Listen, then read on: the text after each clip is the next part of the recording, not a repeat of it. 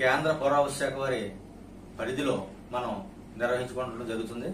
దీనికి సంబంధించి దేవాలయానికి సంబంధించిన మెయిన్ రిపేర్లు కానీ ఏదైనా ఇంకా చేర్పు మార్పులు కానీ వారే ఢిల్లీ నుంచి పర్మిషన్ తెచ్చుకుని చేయడం జరుగుతుంది. అందులో భాగంగా గతం నుంచి కూడా మా అర్చక స్వాములు, మా ఆలయ పండితులు స్వామివారి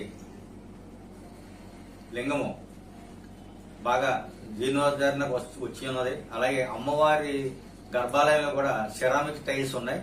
అవన్నీ కూడా తీసి గ్రానైట్ వేయవలసిన కోరి ఉన్నారు గతంలో. ఆ ప్రకారంగా వారు ప్రపోజల్ పంపించి ఢిల్లీ నుంచి పర్మిషన్ తీసుకున్నారు.